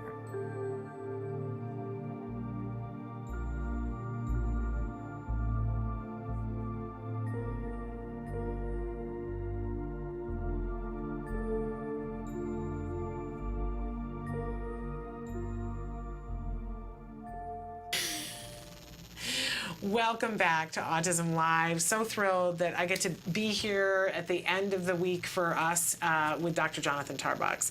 He is here, and there are so many different titles that you have that it always spins my head. But you're the head of research and development for the Center for Autism and Related Disorders. You are the director of the Autism Research Group, and you do many other things, amongst which you treat kids on the autism spectrum. That's correct. And, you know, all of those things are important, but I think what's most important to me is that you are willing to share what you know with parents in a format that you use words that we can all understand, which is... Well, thank you. That's kind of my mission in my career, so... Well, you're working it. You're getting it done, and we appreciate it. I'm getting a little verklempt even thinking about it. But in any case, we had a question that came in yesterday. We had a bunch of questions that came in yesterday that I promised that we would get to some of them here today. And one person who wrote back specifically who said, I know you didn't get to my question today. Could you get to it tomorrow? So she said, yesterday I sent in a question for Dr. Doreen, but unfortunately there wasn't time for it. Maybe Dr. Tarbox can answer it today. It was about my son, who's considered high functioning by his therapist, and I think he is for the most part. But because he has so much sensory issues, like seeking it from crashing into beanbags, people, etc., visual sensory, looking out of the corner of his eyes, squinting them too, getting really excited when touching skin, getting hugs or touching. My hair is, when my hair is up in a bun, he'll ask, can I touch your hair, and give a hug, and I'll let him for a few seconds. Can kids, and this is the main question, and I still have her question from yesterday too as well that gives more information, but her question is can kids with so much sensory recover? Aha, okay. So that's an interesting question. And so first, I guess, first I got to say, you know, my heart goes out to you. That's a question that, you know, almost every parent, you know, asks themselves and worries about. And it's a pretty intense question to ask yourself, honestly. It's a big emotional commitment to even confront that question. So my heart goes out to you. So I guess before answering it, we better take a step back and define what we mean by recovery. And so what we mean by recovery at CARD is that the symptoms of autism, either they're gone and undetectable, or they're so minor that they don't present a clinically significant challenge to the individual to succeed in their everyday life. So it's not a disorder at that point. Right, yeah. I mean, the definition of a disorder in the DSM is it's symptoms that create a problem large enough to impact your personal life or your social life or your professional life or your family life, right? So it doesn't, like, so for example, you know, people say all the time, well, people on the spectrum have lots of sensory needs and have lots of stereotypy, let's say, or repetitive behavior. Well, all of us have repetitive behavior, right? Mm-hmm. And when it becomes a disorder is when the repetitive behavior is so much or so intense that it gets in the way of being able to do other stuff, okay? So if you're not able to make friends or have conversations because all you're doing is engaging in, you know, eye gaze out of the corner of your eye or hand flapping or vocal stereotypy, then that's where it's part of a disorder of the autism spectrum, is that it's creating a problem socially and otherwise. So can someone with major sensory needs and major repetitive behaviors sort of linked to sensory needs, can they recover? I guess I would reframe that question as, can we teach the individual to still get their sensory needs met in a more appropriate way that doesn't get in the way of their everyday functioning? And the answer to that is, yeah, definitely, right? And every kid is different, right? And we don't know your individual child, obviously. And every kid can make a different amount of progress, right? Every kid's different. But I've never met a kid with major sensory needs and repetitive behavior that could not make at least some progress in that area. So the answer is your child capable of making progress? Absolutely. Is your child capable of making so much progress dealing with their repetitive behavior that it no longer presents any kind of real problem for their daily life? Honestly, I don't know the answer to that. Maybe not. Maybe your child isn't going to make that much progress. But is your child capable of making really significant progress to make a big difference in their life? Absolutely. And would it be, because I think what she's asking is the possibility there, have people overcome huge sensory things to where they could have a life Sure. that is fully productive? Sure, okay. And we can answer that question, yes. I've met plenty of recovered folks who still in their head, they really wish that they were just engaging in stereotypy, right? Or they'll hear an intense sound that in the past they would have had to stop what they're doing, orient to the sound and obsess on it, but now they're able to just notice the sound in their mind and kind of chuckle in their head, but still attend to whatever they need to do. And that's a skill. It's not like we fixed their brain, or it's not like we eliminated autism or something. We just taught them a skill. When something distracting is happening, there's a skill that you engage in, which is think about it for a second, notice it. That's okay, right? We're not trying to pretend it doesn't exist, and then reorient to the thing that really matters at hand. And I think about Temple Grandin and Temple does not use the word recovered with regards to herself. That's not a part of her vocabulary. But Temple is a highly productive person. Right. I would like to be as productive as Temple Grandin is. Me too. And she has a wonderful, rich, full life. And I don't think that we all get to see how rich and full her life is from the things that she does. But I've been able to sit and have a conversation where she gave me marriage advice. And I'm sitting and telling you she has a rich and full life, and that any of us could want for. And we know from the things that Temple has told us, when she was younger, her sensory things were so overwhelming to her that it got in the way of her being able to do what she ultimately went on to do. Right. And she manages all of that now. I don't think it's gone away by any stretch of the magic, but she manages it. Yeah, and recovery doesn't mean making anything go away. It just means teaching skills to help the person function to where they succeed in their everyday life. Just like the rest of us, right? You can't make your quirks go away. I'm not going to make mine go away. Just figure out how to manage them and how to be successful. Exactly. And I would also say, too, that I've shared before on the show that I have some sensory stuff that sometimes has gotten the better of me, that I went through a period of time when I was agoraphobic and couldn't leave my house because of sensory stuff. And I couldn't drive on the freeway. And I am a road warrior right now. I drive 2 hours a day to get here and get home. So clearly I made progress on that. Right. So I love the fact that there's hope. There's no guarantees about how far any individual gets, but there's absolutely hope. So I want you to put that in your pocket for today, that there is the hope, and then get busy. That's right. And there's proven treatments for all of those things that you're mentioning, right? The sensory issues, repetitive behavior, and probably don't have time to go into all of it, but there are ways to teach your son or daughter to deal with those things and manage them effectively. And in this particular case, it's the son who's got all these things.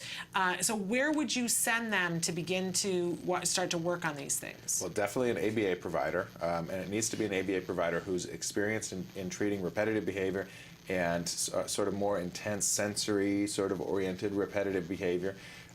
Most ABA providers, what they should be doing ethically is being honest with you about what their expertise is. And if they're not great at that, if they don't have a lot of experience, then pick a different one. And it's not personal, it's fine. Just keep looking, keep interviewing different ones until you find one that looks at that behavior and goes, yeah, I know how to deal with that. I know how to teach your kid how to get better at that.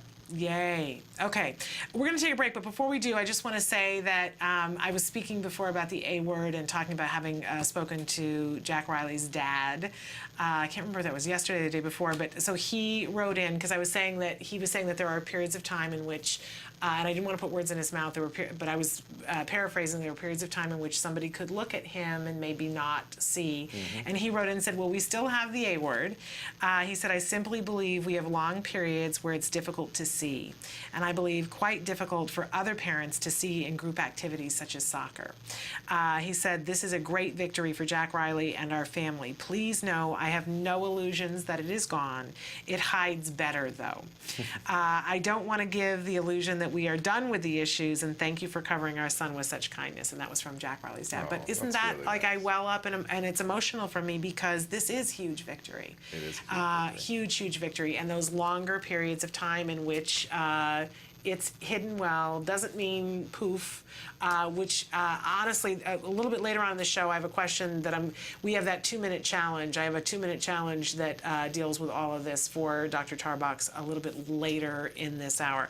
First, we're going to take a break, though, and then we're going to be back with more of Autism Live and Dr. Jonathan Tarbox answering your questions after this message.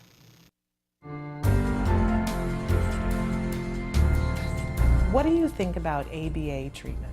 ABA is the one that's documented, but I think that's what I think is important with little kids, the intensity. If this kid's 2, 3, and 4 years old, he needs 20 or 30 hours a week of intensive early intervention, working one-to-one with an effective teacher. And an effective teacher knows kind of how just hard to push, because you got to stretch these kids. If you don't stretch them somewhere, they don't advance. You push them on them too hard, they go into sensory shutdown. The worst thing you could do with an autistic 2-year-old is to do nothing with them and just let them sit there rocking. And when I was very young at 2.5, ABA type things were used on me, but it wasn't called ABA in that day. You know, my teacher would hold up a cup and she'd speak slowly. You got to speak slowly to these kids because there's auditory processing problems. She'd say cup, and then I'd say cup, and the teacher would praise me. You know, that's very similar to ABA. You know, ABA in its original form is a little kids program. The whole idea is you're trying to get language jump started. And I like the more flexible kinds of ABA. You got different levels of kids. I had ABA type stuff when I was young, but then after I pulled out of it, I didn't have to go through elaborate things of getting ready for school. I still have this habit now today. I lay my clothes out the night before that I'm going to wear, so when I'm sleepy I can just get them on. And then you have other individuals where they've got to do very structured, breaking down the task analysis. This is where after you get out of the little kids and you get them talking, they kind of diverge into different levels of functioning. And a type of ABA program that'd be suitable for a very severe kid would not be something you'd want to do with a mild Asperger kid, because you're going to bore them to death and make them hate school. Absolutely. Sure. Welcome back. We are so thrilled that we are here with Dr. Jonathan Tarbox. I mentioned before the break that from time to time, are you getting your phone out so you can time? I'm getting the timer out. Okay. From time to time, we have started asking we know that everybody has very little time, and that sometimes you need just a little boost, sometimes you need just a little answer to something. Sometimes we like to give you the longer answer to something, because sometimes you need a longer answer. But we're working on a project at Autism Live called the Answers to the Top 100 Questions with Autism. And we're trying to get our experts to do it in 2 minutes or less. Not as a joke to get them to do it in 2 minutes or less. I don't want to give anybody the idea that, but it's kind of putting you through your paces. But the main idea for it is to give you the answer in a viewable amount of time, so that if people are Googling things, that they've got an opportunity to look at something. And then if they want more information, they can check out more things on our website. So from time to time, we get a question that will come in from somebody. And I really think this refers back to probably a year and a half ago. There was a study that came out talking about the fact that just another one of those studies showing that children on the autism spectrum can get to the point when, whatever you want to call it, if you want to call it recovery, if you want to say that sometimes individuals no longer qualify for the diagnosis, or they're what's the phrase that they use, that you can't pick them out from their indistinguishable from their neurotypical peers. Okay, but the headline that ran on several major newspapers was, "Can children with autism outgrow autism? Can they outgrow autism?" And I think a lot of people didn't read the whole article, and it left behind this wreckage of people thinking, oh, you can outgrow autism, and people are still asking the question, is that possible? So that's our question for Dr. Tarbox today. I'm going to frame it for him again, and then we're going to give him 2 minutes to answer this huge question. No problem. Okay, so Dr. Tarbox, our question for you today is, can you outgrow autism? All right, I'm pressing start on the timer. The quick answer is, honestly, from a scientific perspective, we don't completely know. I'm going to give the answer of probably not, but it's not impossible, okay? So the quick, very brief summary of the research is there's been a number of studies that have looked at longitudinally over the course of 5 or 7 years, do kids actually get off the spectrum, right? And a number of studies have actually shown, yes, some percentage of kids who had a clear-cut diagnosis when they were early, 3 years old, later on at 7 to 10 years old, no longer qualify for the diagnosis of any autism spectrum disorder. So have they outgrown autism?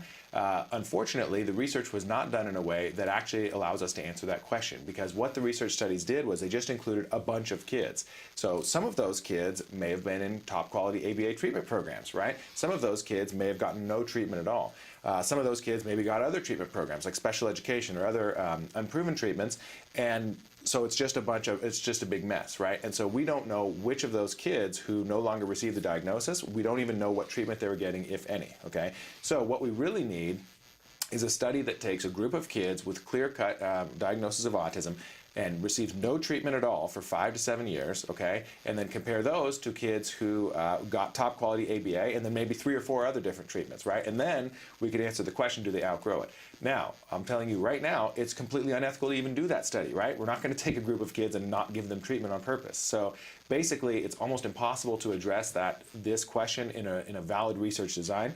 I have 30 seconds, but if you look at all of the best quality outcome studies that have looked at the results of ABA for 2 or more years, what they found was they include a control group that did not get ABA, and what they found was some percentage of kids in the ABA group do recover, and essentially none of the kids in the control group that don't get ABA recover. Sometimes maybe like 1% or 5% of the kids no longer qualify for the diagnosis. So the answer is we don't know, but probably not.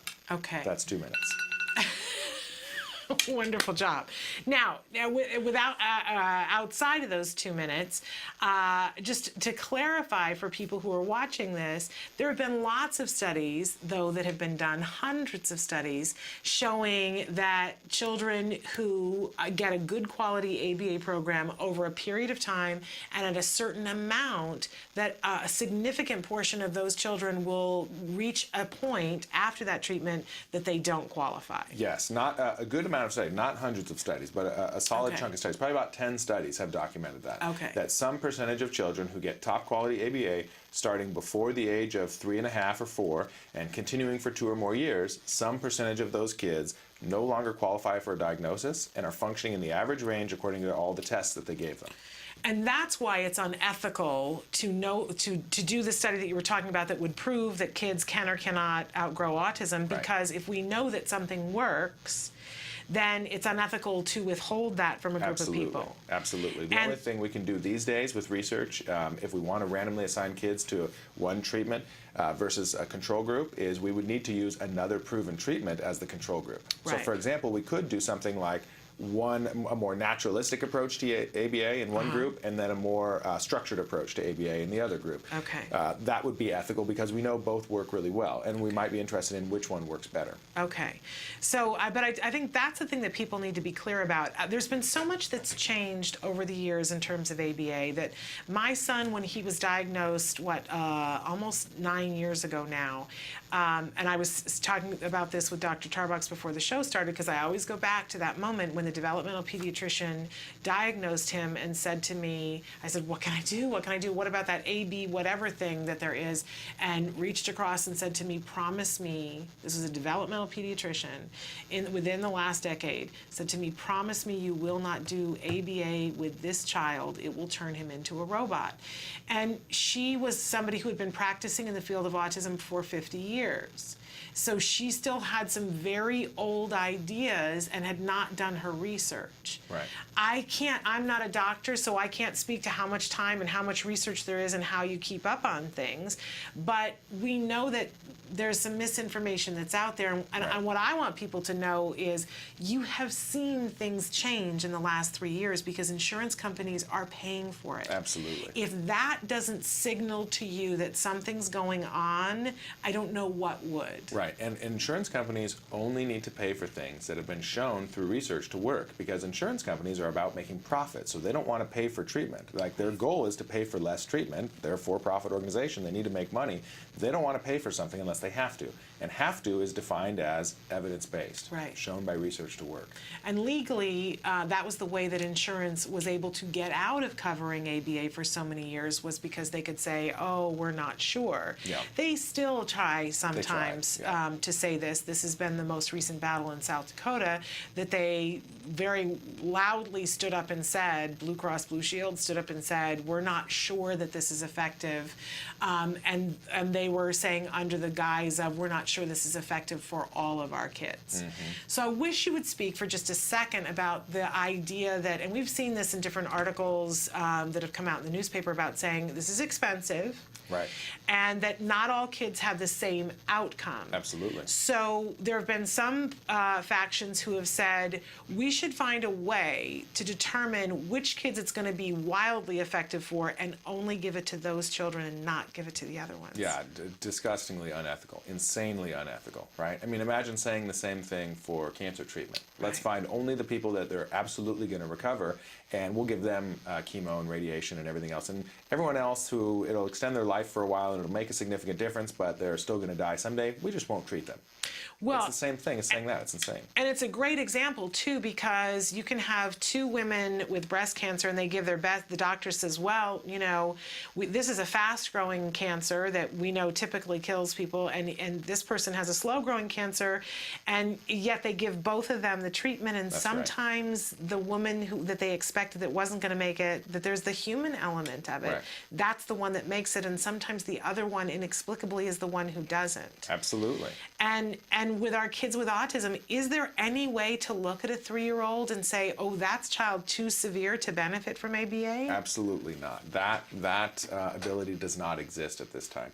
And like we've always said, ABA is simply a way of making learning happen at a faster rate. It's a way of harnessing the universal principles of learning and motivation and putting them to work at the optimal rate. So it's sort of turbo boosting your child's learning capability, okay? So to say, is there any child that ABA will not work for, is to say, are there any children with autism that are incapable of learning, that cannot learn from their environment? And the answer to that is no, of course not. If a child is alive and awake, they're capable of learning. Each person's learning potential is different, obviously. Not all of us are going to be Einstein, even if we're typically developing, right? Not every child with autism has the same learning capacity, but every child with autism has a learning capacity. Okay. Now, at this point, we are not able yet to predict what the learning capacity will be. That ability just doesn't exist yet.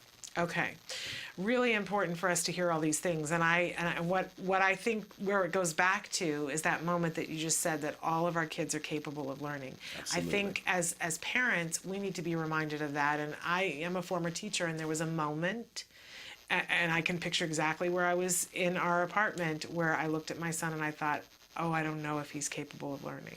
I'm so glad that that moment was so short and that it didn't last. And if I can spare any of you that moment by pointing to Dr. Tarbox and saying, did you hear what he just said? They're all capable of learning. We all need to go with that in our heads, in the forefront of our heads, as we get treatment for our children. And you know, there's a message of hope for us parents too, which is all parents are capable of learning too, right? Until the day we die, there is something more that we can do for our kids. It's not fixed, it's never hopeless. No matter how challenged we are, there is one more little piece of effort that we can put in tomorrow that'll make tomorrow better than today. And it's never over. That window's never completely closed. Your child is never too old. You're never too old. It's, you know, because we've all been fed that thing about, oh, you know, because they take information and it gets twisted. Right. So those studies were done about those children that were in that age 3 to 5. That doesn't mean that the kids who are 7 to 9 aren't capable of making progress. Absolutely. It just means that's where the funding dollars went for that age range. So the window is never closed. We're never done. It's never too late. That's right. This is why I love having you here. All right, we're going to take a break, and we're going to come back with more of Dr. Jonathan Tarbox answering your questions after these messages. The Institute for Behavioral Training provides courses in applied behavior analysis for the treatment of autism. Access IBT e-learning videos on the move and learn at your own pace.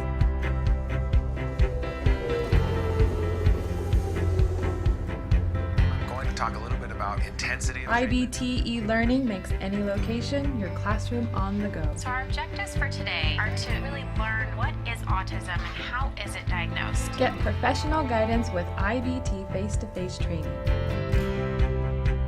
IBT face-to-face training courses prepare you to effectively implement ABA-based interventions. Choose between small group and one-to-one instruction.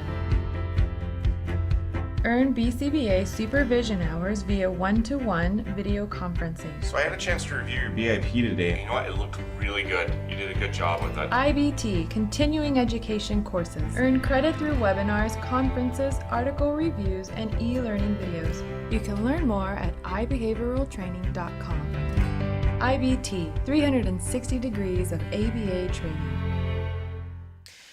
Welcome back to Autism Live. We're here with Dr. Jonathan Tarbox, who is a brilliant mind in the field of autism. He is the head of research and development for the Center for Autism and Related Disorders and also the director of the Autism Research Group. And as I said before, he is someone who treats children with autism. And you are doing that on a daily basis, and we consider you a hero for that and so many more things. But he also lends his time to be with us once a week to be able to answer questions and illuminate, I think is the word I want, illuminate things that sometimes are befuddling to us that have to do with research, because this is an important element of what we're trying to do. If we want to be effective with our kids, we have to know what's happening with research and understand it. And I think a lot of times we understand that the media skews things in a particular way for whatever reason. I don't want to go into what the possible motives of that are, but we love to have you to touch base with. Now, we did have a viewer write in and say, "Hi, Dr. Tarbox, how can I help my 4.5-year-old with grinding teeth?" Okay. He does not do it every day, but when he does, it's really loud and it goes on throughout the days. I'll tell him quiet teeth, it works for a few seconds, and then he goes back to it. I'm afraid he's going to damage his teeth or something. Thanks a lot. Okay, yeah, great question. And actually, teeth grinding is something that we've actually published research on for the treatment of it. The silly technical jargon for it is bruxism. I don't know why we have to have a funny name for teeth grinding, but that's the technical jargon. Okay. And basically, there's two different kinds. There's nighttime bruxism, and then there's daytime bruxism. Nocturnal and diurnal bruxism is grinding your teeth during the day. New jargon terms. New jargon that you'll never need to ever remember. Right, okay. So yeah, basically, yes, your concern is valid. If you do continue to grind your teeth for long enough, it will damage your teeth. And so you do want to get a handle on it pretty quickly if you can. First thing you want to do is definitely take your child to the dentist and have the dentist evaluate his teeth and see if there's any damage and tell the dentist that he's grinding his teeth. Just check in, because there's medical components to it as well. However, most daytime teeth grinding is basically a form of self-stimulatory or repetitive behavior. At least that's at least in children on the spectrum. And usually it's because of automatic reinforcement. And so, in other words, it produces its own satisfaction, just like hand flapping or a lot of other repetitive behaviors that are self-stimulatory in nature. So the first thing you'd want to do is find out, is that actually the case? So you probably do want to go get the help of a board-certified behavior analyst, or a BCBA. They should do a functional assessment or functional behavioral assessment on the teeth grinding to find out why your child's doing it. And if it is for automatic reinforcement reasons, which is usually the cause, then basically what you want to do is teach an alternative behavior that will take the place of the teeth grinding, right? So give your child something else to do that's less damaging. So it could be something else to do with his mouth, whether it's a chew toy or something else to munch on or chew on. Those things can look socially inappropriate sometimes, so that's something to consider. But as you always say, they even make jewelry now, necklaces. It's called jewelry. My son had to wear it for a while, and it's very, they make it, college students can wear it. Right, and of course you don't want your child going around chewing on a chew toy, but in the short term that's going to be a lot better for his health than damaging his own teeth. Now, another thing that you can do that we've actually published some research on is called it's sort of a cue or a reminder to have an open mouth or quiet mouth, and that is when he starts grinding, use a vocal cue, which it sounds like you're already doing, and if that doesn't work, and or just to supplement it, you can use a physical cue. So you go like this, and it's just a gentle reminder with your finger for your child to open their mouth and therefore not grind their teeth. We did some research on that, showed that it worked really well with a little girl who was engaging in teeth grinding pretty much all day, every day. and that eliminated the behavior. It's a little bit irritating because you have to be right on top of your kid, reminding them and prompting them constantly. But again, it's worth it because it can decrease the damage that they're going to cause to their teeth. Okay. And I love what you're saying about, I love that you put it in the context about it being socially acceptable, because sometimes we have to weigh things, and if it's a matter of health, we have to go to something that's less socially acceptable. But there's a bunch of jewelry. There are different companies, but the one that we used was called Jewelry, and it looked sort of like a yin and yang symbol, and they even have it on an organic ribbon in case your child puts the ribbon in their mouth, and so well thought out in a breakaway ribbon, because I was worried about something going to happen and they're going to use this on the playground to choke him by accident, but it's on Velcro, so if there's any pressure put on it, it will break. And we were able to fade it successfully with my son. So you can check that out. But there are also, they have little chew things on the end of pencils that you can get for at different sensory places, and places that have, what am I trying to say, for teachers and school supplies and places like that. They tend to carry things like that, and they go on the end of a pencil, and you have to check out and make sure that it's a safe one and that it won't come apart. And you have to be looking at it to see if it's coming apart so that your child isn't choking on something. Very important that you have that in mind. Another tip too, when you get your board certified behavior analyst to check out the behavior, another procedure they might try is called DRO, or differential reinforcement of other behavior. And all it means is rewarding your child for not doing the behavior. So when a certain amount of time goes by and he hasn't ground his teeth, then you give him some kind of big reward that he really cares about. And again, that is something you could try to figure out how to do on your own, but it makes a lot more sense to just have a professional do it. That's what they're trained to do, and the fine details of that procedure can actually make or break it. Yeah. If you have the opportunity to have an expert start something with your child, it's always going to be that much more effective than if you start it. And then you have to be the person that, picks it up where they leave it. But there's something so much easier, I think, for almost all children. Maybe not for everybody, but I certainly saw this for my son, and I know lots of other parents who say this too, that if somebody else who isn't living with them and doesn't have all the baggage from life comes and teaches them how to do something in the beginning, they'll accept it much easier than when we introduce something new. Because otherwise we have to go through that phase of where a kid is like, why are we doing it differently? Why are we doing something, and we have to, And for your own behavior change, it just works better too. For example, any of us could just walk into a gym and start exercising, right? Everyone kind of knows how to do that, but it works so much better when you have a personal trainer, because it's their job. That's what they do for a living, is to get you to exercise the right way. They motivate you, right? And same thing with the professional athletes. They know how to train, don't they? But they still need a coach, right? It still requires someone to help you make that behavior change. Good point. Okay, so another question that came in is, what is the appropriate age to test for autism? Okay. Right, so the best time to do screening is the very first instance that you have reason to believe that something might be awry. So as young as 12 months is absolutely not too early. Things like looking for your child to respond to his or her name. If you call out their name and they don't make a response, they don't even make an attempt to respond, by about 12 months, that's definitely a red flag. Eye contact is a big red flag. In typically developing kids, the vast majority of them will want to look at you and make eye contact and smile. If you're not seeing that in your infant, then that's definitely a red flag too. None of those things mean that your child has autism, that's for sure. But they're red flags that say, go get screening, right? All it'll cost you is a few hours of your time, and yes, it's kind of stressful and it's worrisome to go get it done, but it's so much less stressful than sitting there worrying and not knowing. Yeah, and I want us all to remember that, because we get all fatigued about the labels as parents. We just get all like, oh, and then are they going to be labeled this forever? And what's that going to mean for them down the road? And sometimes you get into a discussion with your significant other about, I really think everything's okay, because there's that river in Egypt. We all want to float down denial. And but anyway, I want to point out that when our kids are really young, think of it as looking for things where your child is behind that you want to get caught up on. Right. If you can prevent yourself from going into labels as long as possible, because I believe in a world in which if we started to notice deficits in children at 12 months and we gave them what they needed, we would have less incidences of autism. Absolutely. I believe that with every fiber of my being. I do too. And so if you think, okay, well, we're not getting the eye contact, what does that mean? I'm going to wait till the child's 3, which is what some doctors will tell you to do. No. Oh my gosh, then you got to make up all that time. Right. But if all you're behind is on eye contact at 12 months and you got that under control, maybe you never have to have the other conversation. That's right. And if you take your child early to get assessed, there's a very, very good chance that the assessor will say something simple like that. Like, you know what, definitely we're not going to give them a label yet, but it couldn't hurt to work a little bit more on these 3 or 4 things that you could do on a daily basis with your kid.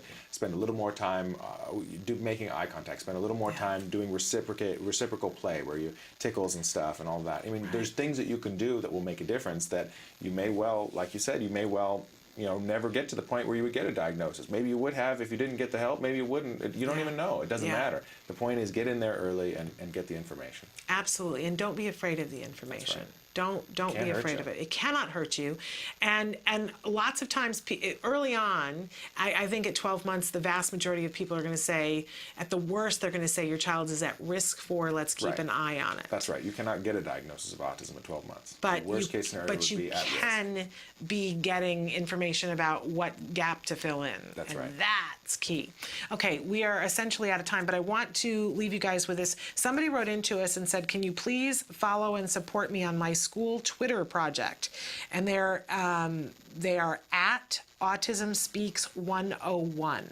So I'm putting it out there. We will follow you. And they said every bit counts. So the at symbol, Autism Speaks 101 on Twitter. If you care to follow them, it is their school Twitter project. So I will encourage you to check that out on your own, and we will absolutely follow you. We have a policy on our Twitter. Sometimes I'm behind on it, but if you follow us, we'll follow you. That's how we roll here at Autism Live. In any case, I want to thank Dr. Tarbox for being here. It's just such a pleasure always. I want to thank all of our guests this week. It was an amazing week. We've got another amazing week coming up for you next week. Don't even have time to go into all of our guests, but it's truly a remarkable week. Very, very fun. Want to remind all of you that it is, we're not changing the clocks yet, but the light is getting different. It's a different time of year.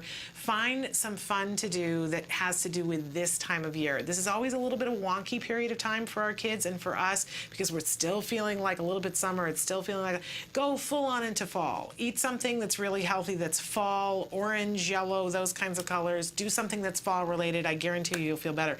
We're all the way out of time, but I also want to take a second to thank Kelby for making the wonderful transition and for being the fabulous, he's groaning, but Kelby for being a fabulous addition to our team here. We're all the way out of time.